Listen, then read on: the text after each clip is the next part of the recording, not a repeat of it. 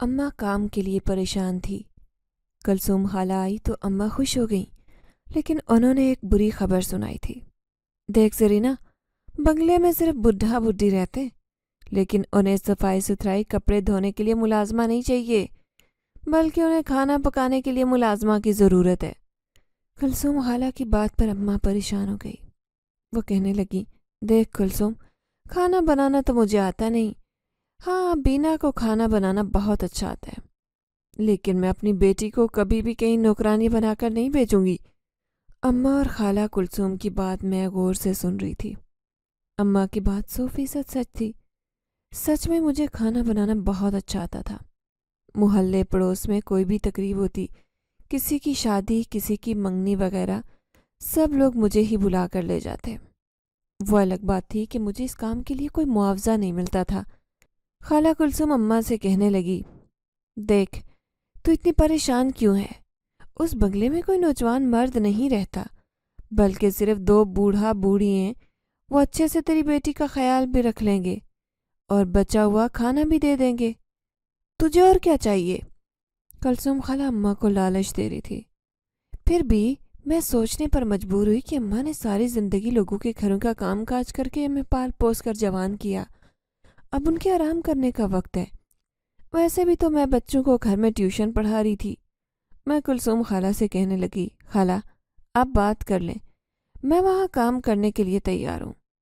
اماں مجھے حیرت سے دیکھ رہی تھی، ان کی آنکھوں میں دکھ تھا۔ وہ کہنے لگی، میں نے کبھی نہیں چاہا کہ میری بینا لوگوں کے گھروں میں چاکری کرے۔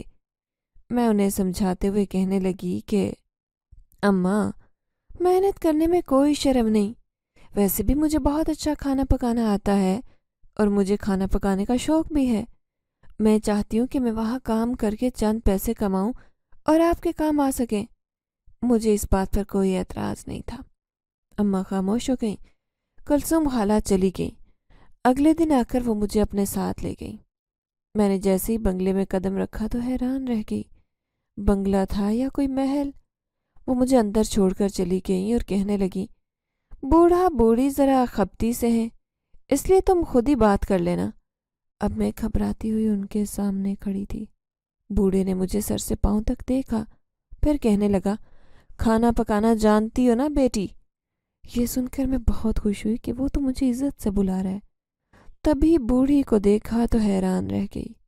وہ عمر میں تو زیادہ تھی، لیکن انتہائی گوری چٹی اور خوبصورت خاتون۔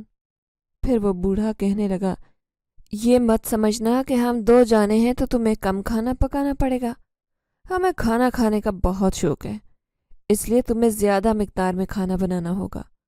میں حیران رہ گئی کہ وہ دونوں تو ہیں اس بنگلے میں، پھر اتنا زیادہ کھانا کیوں؟ لیکن سوال پوچھنے کا حق نہیں تھا۔ میں کہنے لگی، ٹھیک ہے، مجھے کوئی اعتراض نہیں، اب بھلے جتنا ہی مجھ سے کھانا بنوا لیں، میں کھانا بنانے میں ماہر ہوں۔ یہ سن کر وہ دونوں خوش ہو گئے، لیکن اگلے دن جو ہوا اس نے میرے ہوش اڑا دیے۔ میرا نام بینا ہے۔ میرا تعلق ایک انتہائی غریب گھرانے سے تھا۔ میں ایک یتیم لڑکی تھی۔ ہم 4 بہن بھائی تھے۔ 3 بہن بھائی مجھ سے چھوٹے، جبکہ میں نے میٹرک تک تعلیم حاصل کی تھی۔ میری اماں ایک بیوہ عورت تھی۔ ابا نے بہت جلد انہیں اکیلا کر دیا۔ وہ ایک بیماری کے باعث اس دنیا سے چلے گئے تھے۔ ابا پہلے مزدوری کیا کرتے تھے، اسی وجہ سے ہمارا اپنا گھر نہیں تھا۔ انتہائی قسم پرسی کی زندگی گزارتے گزارتے میں جوان ہوئی۔ اب میری عمر 18 سال تھی۔ آگے پڑھنے کی ہماری اوقات نہیں تھی۔ یہی وجہ تھی کہ میں نے آگے تعلیم حاصل نہیں کی، لیکن مجھے پڑھنے کا بہت شوق تھا۔ پھر میں نے اماں کو دیکھا کہ کس طرح وہ لوگوں کے گھروں میں کام کرتی ہے، کبھی اس بنگلے میں تو کبھی اس بنگلے میں، کبھی 2-3 بنگلوں میں کام کر کے ہی ہمارے گھر کا گزارا ہو رہا تھا۔ اماں نے اپنی زندگی بہت مصروف گزاری۔ میں سارا گھر سنبھالتی، کھانا پکانا، صفائی ستھرائی میری ذمہ داری تھی۔ چھوٹے بہن بھائیوں کو وقت پر اسکول بھیجنا، انہیں نہلانا، یہ سب میں شروع سے ہی کرتی آ رہی تھی۔ لیکن ایک بات تھی، خدا نے میرے ہاتھ میں بہت ذائقہ رکھا تھا۔ میں اپنے گھر میں معمولی سا کھانا بناتی، لیکن وہ اتنا ذائقے دار پکتا کہ سب لوگ تعریفیں کیا کرتے۔ محلے پڑوس میں مشہور تھا کہ بینا کھانا بہت اچھا بناتی ہے۔ جب بھی کوئی دعوت ہوتی، میں ان کے گھروں میں جا کر کھانا بناتی، لیکن کوئی بھی میری محنت کو تسلیم نہ کرتا۔ اب میں نے کام کرنے کا سوچا تھا۔ کلثوم خالہ کے مطابق اس بنگلے میں کھانا پکانے والی عورت کی ضرورت تھی، لیکن اماں کو اتنا اچھا کھانا نہیں بنانا آتا تھا۔ یہی وجہ تھی کہ اب میں نے وہاں کام کرنے کا سوچا۔ آج پہلا دن تھا۔ میں جائزہ لے رہی تھی کہ صرف چوکیدار کے علاوہ یہاں کوئی دوسرا ملازم نہیں۔ ایک عورت آتی تھی جو پورے بنگلے کی صفائی کر کے چلی جاتی، نہ کسی سے بات کرتی، نہ کسی کی طرف آنکھ اٹھا کر دیکھتی۔ دونوں بوڑھا بوڑھی اکیلے رہتے تھے۔ آج میرا پہلا دن تھا۔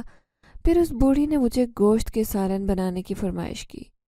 میں نے ایسا سالن بنایا کہ پورا بنگلہ خوشبو سے مہکنے لگا۔ آج میرا امتحان تھا، مطلب پہلا دن تھا، اسی لیے میں اس امتحان میں کامیاب ہونا چاہتی تھی۔ جیسے ہی میں نے ٹیبل سجایا، دونوں بوڑھا بوڑھی خوش ہو گئے۔ پھر سرگوشی میں کہنے لگے، اسے بھی یہ کھانا بہت پسند آئے گا۔ انہوں نے بہت بڑی تعداد میں کھانا بنایا تھا، لیکن میں حیران تھی کہ کھانا کھانے والے صرف 2 تھے، اور کھانا انہوں نے 10 بندوں کے برابر بنوایا۔ پھر کھانا وغیرہ لگا کر میں کمرے میں چلی گئی جو ملازموں کے لیے ہوتا ہے۔ میں وہاں بیٹھی رہی تاکہ کھانا کھانے کے بعد برتن سمیٹ کر کچن میں رکھوں اور بچا ہوا کھانا فریز کر دوں۔ لیکن جیسے ہی کچن میں آئی تو حیران رہ گئی۔ بوڑھا بوڑھی دونوں کھانا کھا کر جا چکے تھے، لیکن کھانا بچا ہوا ہرگز نہیں تھا۔ پورا پتیلا خالی پڑا تھا۔ یہ دیکھ کر میرا دل دھک دھک کرنے لگا کہ اتنا سارا کھانا ان دونوں نے کیسے کھا لیا۔ میں حیران تھی، لیکن یہ بات میں سوچ بھی نہیں سکتی تھی۔ پھر شام ہوئی تو میں نے گھر جانے کی اجازت مانگی، لیکن بوڑھی کہنے لگی، کل اپنی ماں سے کہنا کہ اب تم 24 گھنٹے یہیں پر رہو گی۔ یہ سنتے ہی میرے پیروں سے زمین نکل گئی۔ میں سوچنے لگی کہ 24 گھنٹے اس بنگلے میں گزارنا تو مشکل ہے، لیکن شاید اگر ان کی بات سے انکار کروں تو یہ دونوں مجھے کام سے نکال دیں گے۔ میں بوڑھی عورت سے کہنے لگی، ٹھیک ہے، میں اپنی ماں سے اجازت لے کر آؤں گی۔ اگر انہوں نے مجھے کہا کہ میں 24 گھنٹے کے لیے بنگلے میں نوکری کروں تو میں یہاں کام کروں گی۔ وہ بوڑھی کہنے لگی، ٹھیک ہے، ویسے بھی اس میں تمہارا ہی فائدہ ہے۔ مجھے اس کی بات سمجھ میں نہیں آئی، لیکن پھر میں جلدی سے گھر آئی۔ بڑی فکر مند تھی کہ میں اماں سے کیسے یہ بات کہوں کہ اماں، اب مجھے مستقل وہیں رہنا ہوگا، تبھی کام ملے گا۔ انہیں میرا کھانا تو پسند آ گیا تھا، لیکن اماں کو شاید اس بات پر اعتراض ہوتا کہ میں وہاں ہر وقت رہوں اور یہاں صرف ملنے کے لیے آؤں۔ لیکن میں نے ہمت کر کے اماں سے کہہ دیا۔ اماں کہنے لگیں، بیٹا، اگر وہ دونوں بوڑھا بوڑھی ہی اس بنگلے میں رہتے ہیں تو مجھے تو کوئی اعتراض نہیں۔ میرا بھی اپنا شوق تھا وہاں کام کرنے کا، اس لیے اماں نے مجھے اجازت دے دی۔ پھر میں نے ضروری سامان باندھا اور مستقل بنگلے میں آ گئی۔ بوڑھا بوڑھی مجھے دیکھ کر بہت خوش تھے۔ وہ اس بنگلے کے مالک تھے، لیکن اکیلے رہتے تھے۔ میں کئی سوال ان سے پوچھنا چاہتی تھی، لیکن پوچھنے کی ہمت ہی نہیں ہوئی۔ کیا ان کی اولاد نہیں ہے؟ کیا ان کی اولاد ان سے ملنے نہیں آتی؟ ایک کمرے میں سجی ہوئی بہت ساری تصویریں بتاتی تھی کہ ان کی اولاد تو اس دنیا میں موجود ہے۔ پھر اس دن وہ بوڑھا بوڑھی، جسے میں بیگم صاحبہ اور بیگم صاحب کہتی تھی، وہ بوڑھی میرے پاس آئی اور کہنے لگی، اب تم صفائی کا کام بھی کرو گی۔ مجھے کوئی اعتراض نہیں تھا، کام اتنا زیادہ نہیں تھا، میں ان کی بات مان گئی۔ پھر میں نے اس دن گوشت کا سالن چولہے پر چڑھایا اور خود پورے بنگلے کی صفائی کرنے لگی، لیکن بھول گئی کہ سالن چولہے پر رکھائی۔ جیسے ہی یاد آیا، جلنے کی بدبو بنگلے میں پھیل گئی۔ یہ دیکھ کر میرے پیروں تلے سے زمین نکل گئی کہ سارا سالن جل گیا، لیکن بیگم صاحبہ نے جلا ہوا سالن دیکھ لیا تھا اور وہ مجھے غصے سے دیکھ رہی تھی۔ ان کی آنکھوں میں غصے کی آگ دیکھ کر میں گھبرا گئی۔ پھر وہ کہنے لگی، تم نے اتنا زیادہ نقصان کر دیا، کون بھرے گا؟ سارے پیسے تمہاری تنخواہ سے کاٹوں گی۔ میں نے سر جھکا لیا، میری آنکھوں میں آنسو تھے۔ میں کہنے لگی، بیگم صاحبہ، آپ پیسے کاٹ لیجیے گا، مجھے کوئی اعتراض نہیں، آج مجھ سے غلطی ہو گئی۔ لیکن وہ مزید غصے میں آ گئی اور کہنے لگی، اگر تم نے دوبارہ نقصان کیا میں تمہیں نوکری سے نکال دوں گی۔ انہوں نے میری خوب بے عزتی کی۔ میں آنسو بہاتی اس کمرے میں آ گئی جو ملازموں کے لیے بنایا گیا تھا۔ وہاں بیٹھ کر روتی رہی۔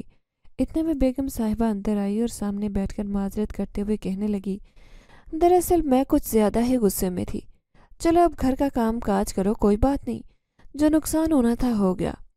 وہ مجھ سے معذرت کر رہی تھی۔ میں حیرانی سے اسے دیکھ رہی تھی، پر میں جلدی سے گھر کا کام کرنے لگی، کھانا بھی بنایا۔ پھر ایک دن میں نے سوچا کہ آج چھت کی صفائی کر لیتی ہوں۔ میں نے اس بنگلے کی چھت آج تک نہیں دیکھی تھی۔ جیسے ہی میں سیڑھیوں سے اوپر جانے لگی، اچانک بیگم صاحبہ نے مجھے روک لیا۔ دیکھو، اوپر نہ جاؤ۔ میں حیران تھی کہ وہ مجھے کیوں روک رہی ہیں۔ میں جلدی سے کہنے لگی، وہ مجھے صفائی کرنی ہے اس لیے جا رہی تھی۔ لیکن انہوں نے نفی میں سر ہلایا، پھر کہنے لگی، صرف ایک ہی دن تم اوپر چھت کی صفائی کرنے جا سکتی ہو، وہ بھی جمعرات کا دن ہے۔ میں ان کی بات سمجھ گئی، اس لیے نیچے آ گئی۔ پھر شام کو انہوں نے مجھ سے بریانی پکانے کی فرمائش کی۔ بریانی کی خوشبو پورے بنگلے میں پھیلی تھی، لیکن آج پھر انہوں نے پتیلا بھر کر بریانی کا بنوایا۔ پھر جیسے ہی کھانا تیار ہوا، ان دونوں میاں بیوی نے مجھے کمرے میں جانے کا کہہ دیا۔ میں کہنے لگی کہ میں ٹیبل پر سجا دیتی ہوں، اس کے بعد چلی جاؤں گی، لیکن وہ مانے ہی نہیں۔ انہوں نے مجھے کمرے میں بھیجا۔ اب مجھے بھی بھوک لگ رہی تھی اور نیند بھی نہیں آ رہی تھی۔ بریانی کی خوشبو پورے بنگلے میں پھیلی تھی، اسی لیے میں سوچ رہی تھی کہ کھانا کھا کر ہی سو جاؤں گی۔ اب تک تو انہوں نے کھا لیا ہوگا۔ کافی دیر ہو گئی۔ جیسے ہی میں نے دروازہ کھولنے کی کوشش کی تو حیران رہ گئی۔ باہر سے کسی نے دروازہ بند کر دیا تھا۔ کیا ان دونوں بوڑھے میاں بیوی نے مجھے کمرے میں بند کر دیا؟ مجھے حیرت ہوئی۔ تبھی میں دروازہ کھولنے کی کوشش کرنے لگی، لیکن باہر سے بند تھا۔ میں نے دیکھا ایک چھوٹی سی کھڑکی ہے، میں وہیں سے دیکھ لیتی ہوں کہ آخر انہوں نے ایسا کیوں کیا۔ جیسے ہی کھڑکی سے جھانک کر دیکھا تو حیران رہ گئی۔ ان دونوں بوڑھے میاں بیوی کے ساتھ ایک اور وجود ٹیبل پر بیٹھا کھانا کھا رہا تھا، جس کی میری طرف پیٹھ تھی۔ مجھے اس کی شکل نظر نہیں آ رہی تھی، لیکن وہ دونوں میاں بیوی اسے دیکھ کر مسکرا رہے تھے، خوش ہو رہے تھے۔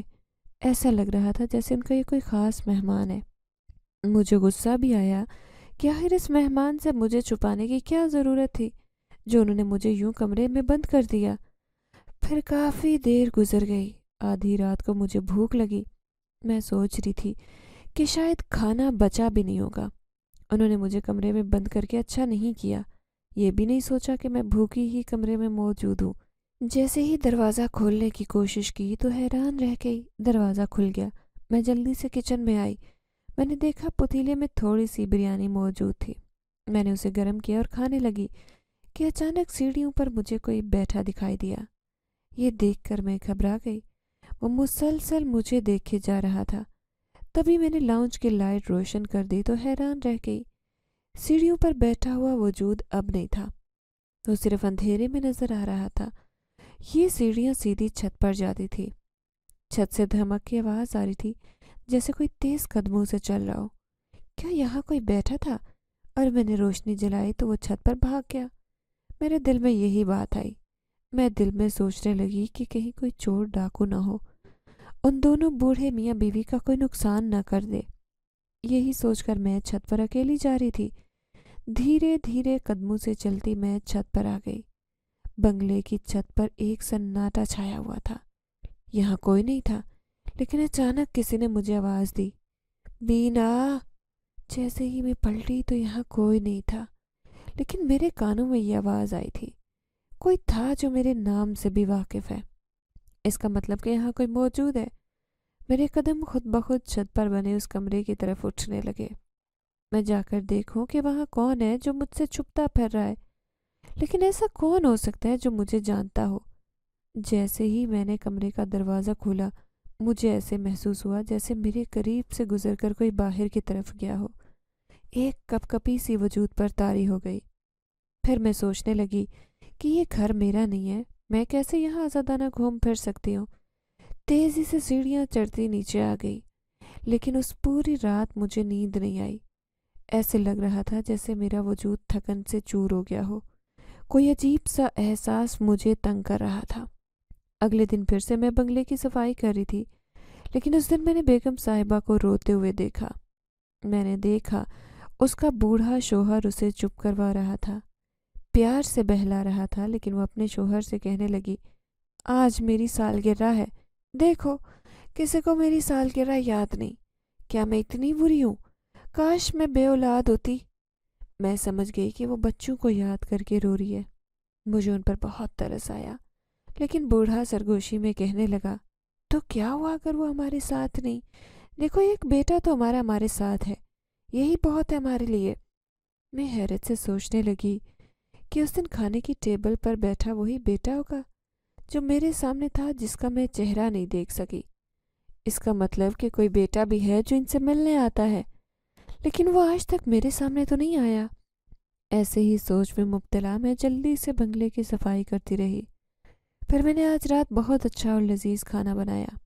میں جانتی تھی کہ بیگم صاحبہ کی سالگرہ ہے، اس لیے میں انہیں خوش کرنا چاہتی تھی، لیکن وہ دونوں خاموشی سے کھانا کھاتے رہے۔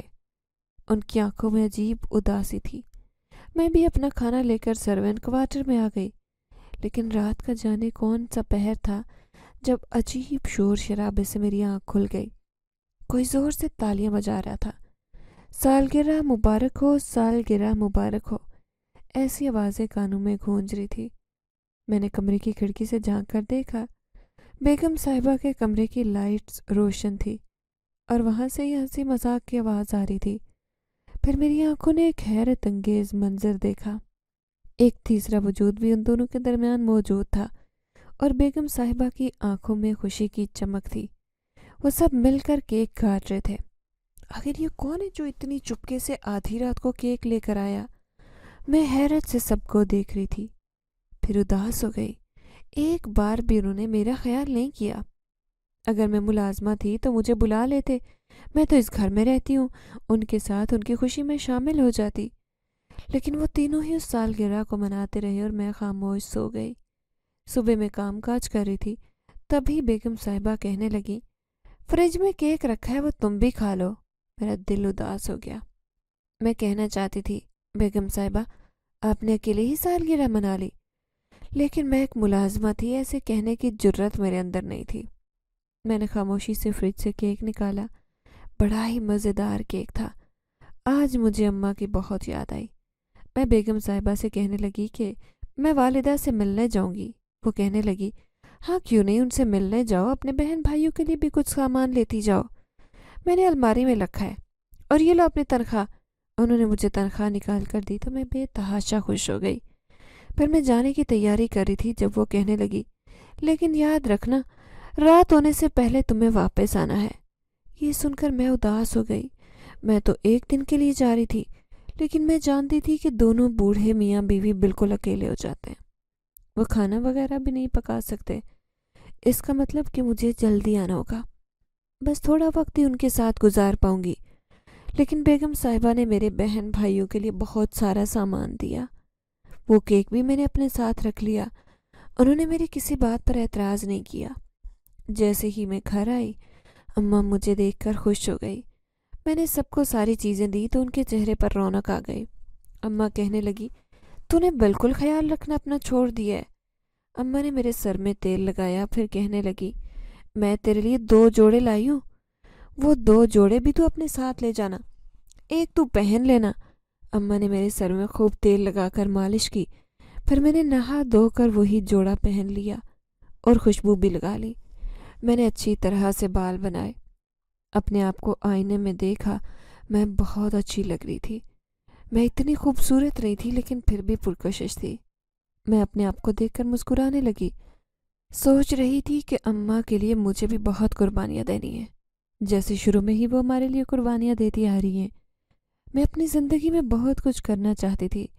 ایک عزم اور حوصلے کے ساتھ میں بنگلے میں واپس آ گئی۔ وہ دونوں جیسے میرے انتظار میں بیٹھے تھے۔ پھر بوڑھا کہنے لگا کہ وہ بھوک برداشت نہیں کر سکتا، جلدی سے کھانا بنا لو۔ میں حیرت سے سوچنے لگی کہ کس کھانے کی بات کر رہے ہیں۔ میں جلدی سے کھانا بنانے لگی، لیکن اس رات جو ہوا ہوش اڑا دینے کو کافی تھا۔ میں کمرے میں سو رہی تھی جب اچانک ہی لانچ میں چلتے ہوئے ٹی وی کی آواز سنی۔ لانچ میں مکمل طور پر اندھیرا تھا، لیکن ایسے لگ رہا تھا جیسے کوئی رات کو ٹی وی دیکھ رہا ہے۔ کھڑکی سے جھانک کر دیکھا تو وہاں ایک وجود بیٹھا تھا۔ وہ کوئی نوجوان تھا جس کا چہرہ مجھے دکھائی نہیں دے رہا تھا، جبکہ دونوں بوڑھے میاں بیوی اپنے کمرے میں سو رہے تھے۔ مجھے اس شخص پر غصہ بھی آیا۔ میں کہنا چاہتی تھی کہ ان دونوں کی نیند خراب ہوگی، وہ اس وقت ٹی وی کیوں دیکھ رہا ہے؟ اچانک کون انجان ہے جو اتنے آرام سے یہاں بیٹھا ہے؟ تبھی دروازہ کھول کر میں باہر آئی، لیکن جیسے ہی باہر قدم رکھا اچانک وہ اٹھا اور تیزی سے سیڑھیاں چڑھتا اوپر چھت پر چلا گیا۔ میں دیکھ کر خوف سے کانپ کر رہ گئی، کیونکہ اس کی چال ایسی تھی جیسے کوئی چھلاوا تیزی سے میرے سامنے سے گزر گیا۔ اب میں حیرت سے سوچنے لگی کہ یہ کون تھا۔ خوف اس قدر حاوی ہوا کہ میں دوبارہ کمرے میں جا کر سونے کی کوشش کرنے لگی۔ چند لمحے ہی گزرے تھے کہ اچانک کچن سے کھٹ کھٹ کی آواز آنے لگی۔ اس کا مطلب کہ کچن میں کوئی موجود ہے۔ شاید وہ دونوں میاں بیوی میں سے کوئی ہو سکتا ہے۔ انہیں آدھی رات کو بھوک لگی ہو شاید، کیونکہ بڑھاپے میں بھوک کسی بھی وقت لگ سکتی ہے۔ یہی سوچ کر میں انہیں کھانا نکال کر دوں گی میں باہر آئی، لیکن دیکھا تو وہ نوجوان تھا جو کچن میں کھڑا کچھ نکال کر کھا رہا تھا۔ میں جیسے ہی کچن کے دروازے پر گئی وہ اچانک پلٹا۔ میں حیران رہ گئی، وہ بلا کا خوبصورت تھا۔ اس کی آنکھیں نیلی، لمبا قد، سفید رنگ کا لباس پہنے وہ بڑے آرام سے کچن میں کھڑا کھانا کھا رہا تھا۔ میں گھبرا کر کہنے لگی، کون اور یہاں کیا کر رہے ہو؟ میں اس شخص سے انجان تھی، ظاہر ہے میں نے اسے کبھی نہیں دیکھا تھا۔ میری بات سن کر وہ مسکرایا، پھر کہنے لگا، یہ بات تمہیں پوچھنے کا حق نہیں، کیونکہ یہ گھر جتنا میرا ہے اتنا تمہارا نہیں، تم یہاں ملازمہ ہو۔ وہ بڑے دلکش انداز میں مسکرا رہا تھا۔ اسے دیکھ کر میرے ماتھے پر پسینے پھوٹے۔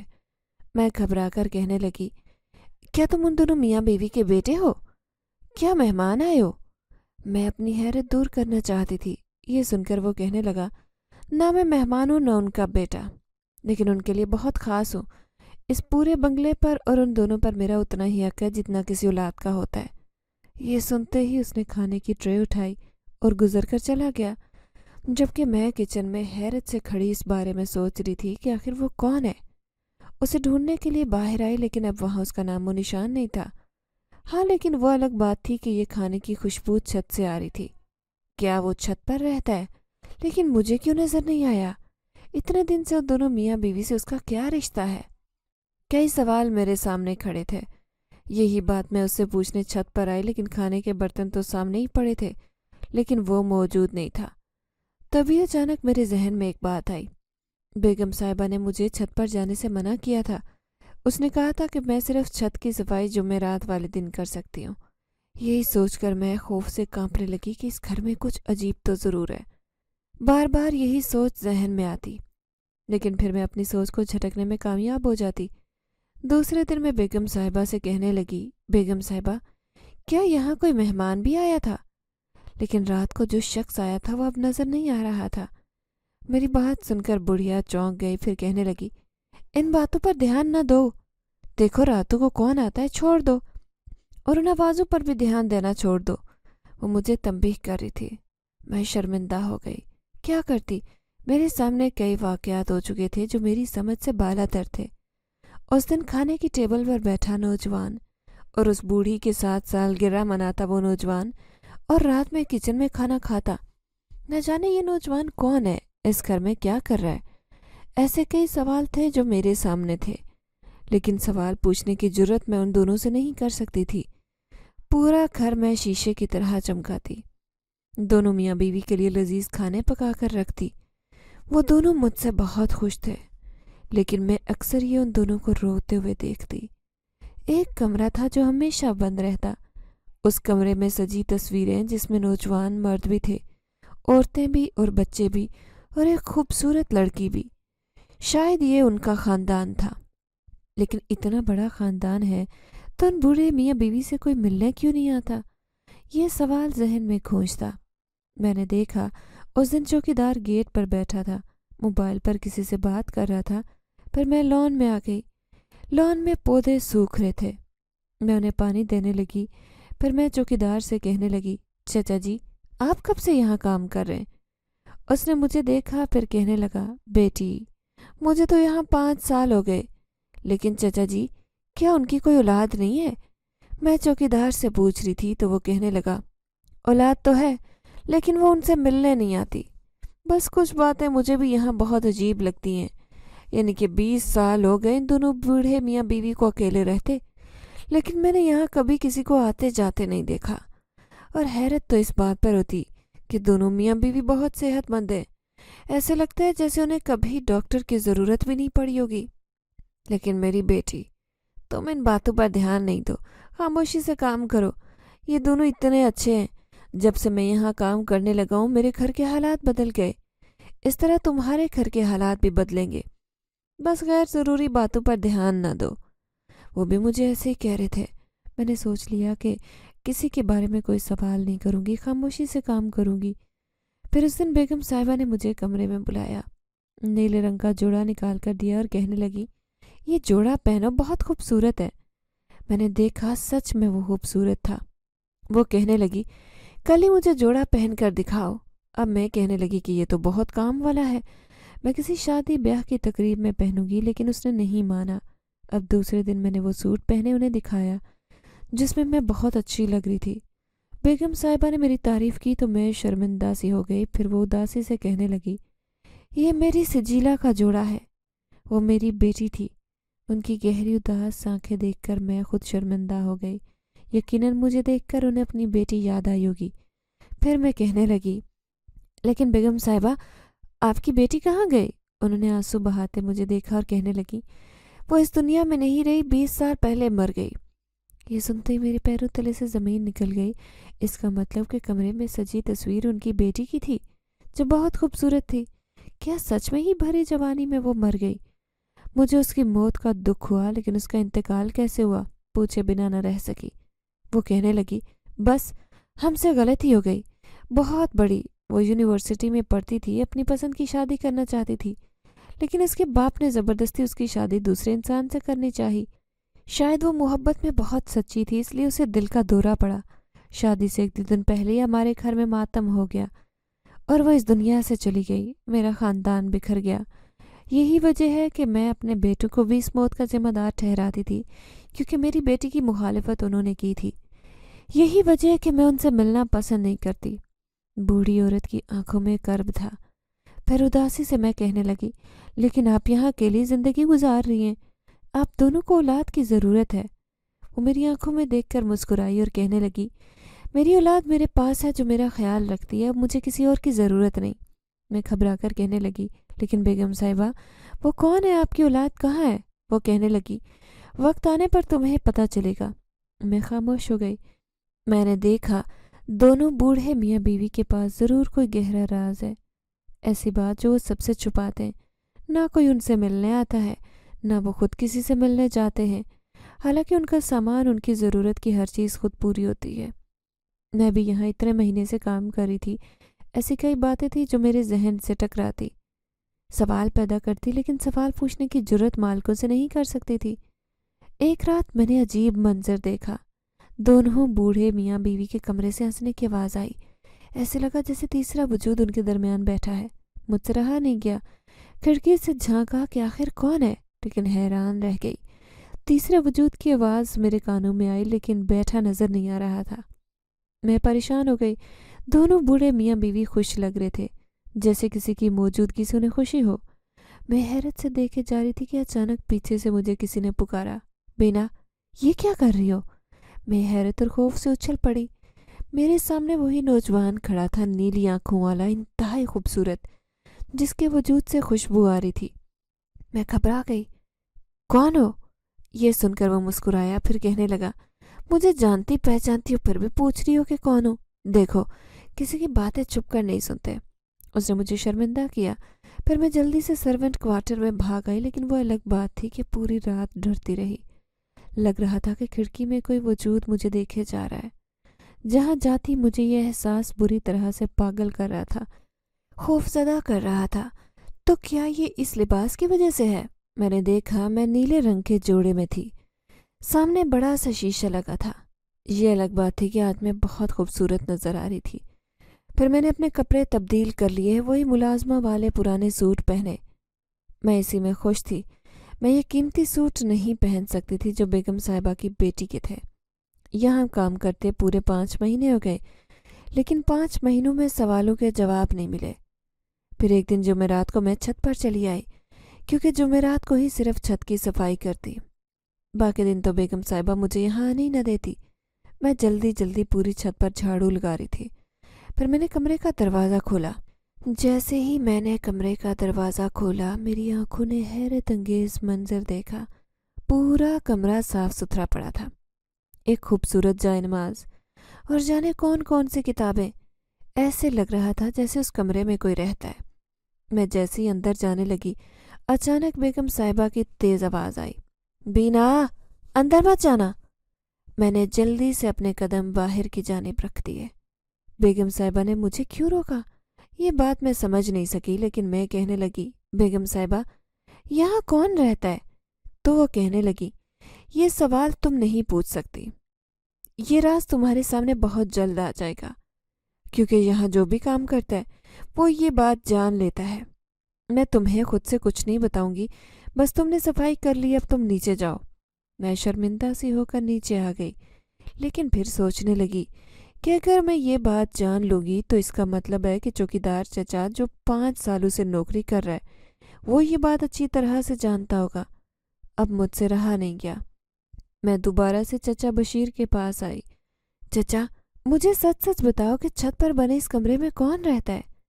میری بات سن کر وہ غور سے مجھے دیکھتا رہا، پھر کہنے لگا، نہیں بیٹی، میں یہ بات نہیں بتا سکتا، یہ راز میں جان چکا ہوں، بہت جلد تم لوگ بھی جان جاؤ گے۔ کچھ لوگ ہوتے ہیں جو ان چیزوں کو محسوس کر کے یہاں کام چھوڑ کر چلے جاتے ہیں، لیکن جو چیز ہمیں پریشان نہیں کرتی، ہمیں تنگ نہیں کر رہی، تو ہمیں اس سے کیا لینا دینا۔ اس لیے میں نے کام نہیں چھوڑا، اور آج دیکھو میں دولت سے مالا مال ہو گیا ہوں، اور تم بھی ایسا ہی کرنا۔ ہمیں ان دونوں بوڑھے میاں بیوی کا خیال رکھنا ہے۔ ان کی اولاد تو انہیں چھوڑ کر چلی گئی، لیکن جہاں تک ممکن ہوگا تم بھی یہاں کام کرتی رہنا جب تک یہ دونوں زندہ ہیں۔ چوکیدار چچا نے تو اپنی ایک کہانی سنائی، وہ مجھے کچھ بتانے کو تیار ہی نہیں تھا۔ میں مایوس سی ہو گئی، نہ جانے یہ راز کب میرے سامنے آئے گا۔ میں پوچھنا چاہتی تھی کہ وہ نوجوان کون ہے جو اتنی آزادی سے پورے بنگلے میں گھومتا ہے، جو کبھی بھی کسی بھی وقت دکھائی دیتا ہے، لیکن صرف رات کو ہی نظر آتا ہے، دن میں نہیں۔ یہی سوال میں ان دونوں سے پوچھنا چاہتی تھی، لیکن ایک دن آخر کار مجھے اس راز کا انکشاف مل ہی گیا۔ اس دن میں آدھی رات کو جاگ رہی تھی، میرے سر میں بہت درد تھا، نیند بھی نہیں آ رہی تھی، مجھے گولی کی ضرورت تھی۔ میں آدھی رات کو اٹھ کر بیگم صاحبہ کے دروازے پر کھڑی تھی، سوچ رہی تھی کہ دروازہ بجاؤں یا نہیں۔ ابھی ہاتھ ہی بڑھائے تھے کہ دروازہ خود بخود کھل گیا، لیکن کمرے سے باہر آنے والا ان دونوں میں سے کوئی بھی نہیں تھا، بلکہ ایک تیسرا انجان وجود تھا۔ کوئی تیزی سے میرے پاس سے گزر کر چلا گیا، لیکن وہ مجھے دکھائی نہیں دیا، صرف اس کا احساس اور اس کا سایہ ہی مجھے نظر آیا تھا۔ ایک دم سے ہی میں نے اپنی چیخ ماری تھی، خوف کے مارے میں بالکل زرد پڑ گئی۔ میں نے دیکھا دونوں میاں بیوی میرے سامنے بیٹھے تھے، ان کی سفید آنکھوں سے اچانک مجھے خوف محسوس ہوا۔ پھر بوڑھا آدمی کہنے لگا، کیا ہوا بیٹی؟ آدھی رات کو یہاں کیوں آئی ہو؟ کیا کوئی تکلیف ہے؟ میں اتنی خوفزدہ تھی کہ مجھ سے وہ بات بھی نہیں کہی جا رہی تھی۔ ڈرتے ڈرتے کہنے لگی، وہ مجھے ٹیبلٹ چاہیے، دراصل میرے سر میں درد ہے۔ میں سر جھکا کر کہہ رہی تھی۔ تبھی وہ بوڑھی عورت بڑبڑاتے ہوئے کہنے لگی، وہ میری ساری دوائیاں تو لے کر آیا تھا، نہ جانے سر درد کی دوا لایا تھا یا نہیں، لیکن ٹھہرو، میرے پاس ہوگی۔ یہ کہتے اس نے دراز کھولی تو میں حیران رہ گئی۔ دوائیوں کا ایک ڈھیر تھا جو ان کے سرہانے پڑا تھا۔ میں پوچھنا چاہتی تھی کہ ابھی ابھی جو میرے پاس سے گزر کر گیا ہے، ایک ایسا وجود جس کا انداز اور جس کی رفتار اتنی تیز تھی جیسے کوئی ہوا کا جھونکا ہو، وہ کون تھا؟ یہ سوال میرے ذہن میں چھایا تھا، لیکن دوسرے دن میں بخار میں مبتلا ہو گئی۔ پوری رات خوف میں تڑپتے نیند نہیں آئی۔ دوسرے دن میں بیگم صاحبہ کے سامنے کھڑی تھی۔ بیگم صاحبہ، مجھے 3-4 دن کی چھٹی چاہیے۔ میرا چہرہ سرخ ہو رہا تھا۔ اس نے مجھے غور سے دیکھا، پھر کہنے لگی، آؤ میرے ساتھ۔ وہ نہ جانے مجھے کہاں لے کر جا رہی تھی۔ میں حیران رہ گئی۔ آج وہ مجھے چھت پر لے کر جا رہی تھی، اسی کمرے کی طرف۔ پھر وہ کہنے لگی، تم جاننا چاہتی ہو نا کہ یہاں کون رہتا ہے؟ میں بتاتی ہوں۔ وہ مجھے کمرے کے اندر لے گئی۔ ہر طرف خوشبو پھیلی تھی۔ یہ خوشبو تو میں نے اس نوجوان کے وجود سے محسوس کی تھی۔ میں مسلسل بیگم صاحبہ کی طرف دیکھے جا رہی تھی۔ پھر وہ کہنے لگی، دراصل یہاں پر کوئی رہتا ہے جو تمہیں دکھائی نہیں دے گا، وہ صرف ہمیں نظر آتا ہے۔ تم جانتی ہو نا، کہ تمہیں یہاں صفائی ستھرائی سے اسی لیے منع کرتی ہوں میں. تمہیں صرف یہاں جمعرات کو آنے دیتی ہوں. اس کی وجہ یہ ہے کہ جمعرات کو وہ یہاں نہیں ہوتا. وہی ہے جو ہمارا خیال رکھتا ہے، ہماری دیکھ بھال کرتا ہے. اسی لیے میں اس کے بارے میں کسی کو بھی نہیں بتاتی.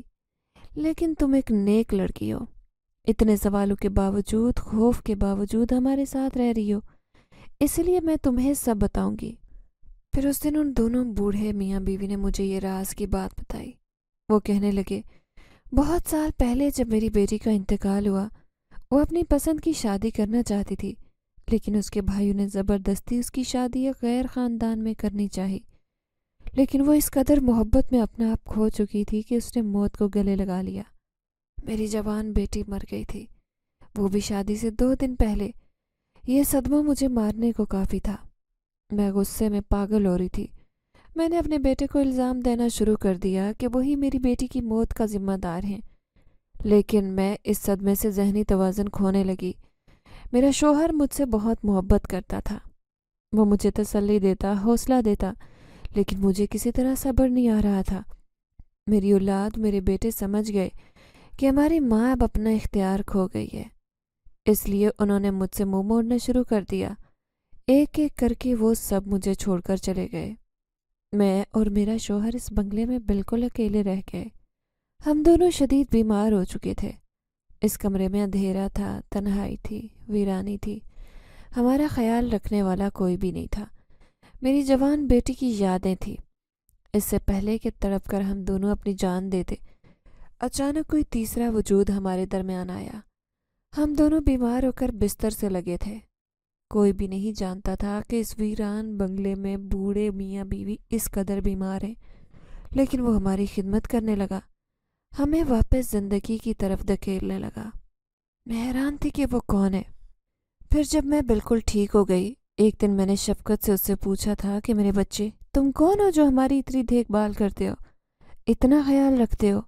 یہ سن کر وہ مسکرایا، پھر کہنے لگا، میں کوئی انسان نہیں بلکہ جنزاد ہوں. یہاں ایک ٹھکانے کی تلاش میں تھا. میں نے اس بنگلے کو اپنا مسکن بنا لیا. میں یہ سمجھ رہا تھا کہ یہاں کوئی بھی نہیں رہتا.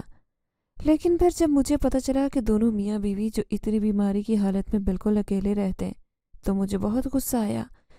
پہلے تو میں آپ دونوں کو یہاں سے خوف زدہ کر کے بھگانا چاہتا تھا، لیکن پھر جب میں نے دونوں کی حالت دیکھی تو مجھے بہت ترس آیا. اسی لیے میں آپ لوگوں کا اتنا خیال رکھتا ہوں. اگر آپ کی اولاد آپ کو چھوڑ کر چلی گئی ہے تو کیا ہوا؟ میں بھی آپ کا بیٹا ہوں. آج کے بعد ایسے ہی میں آپ دونوں کا خیال رکھوں گا. ہمارے پاس تو کھانے تک کے پیسے نہیں تھے.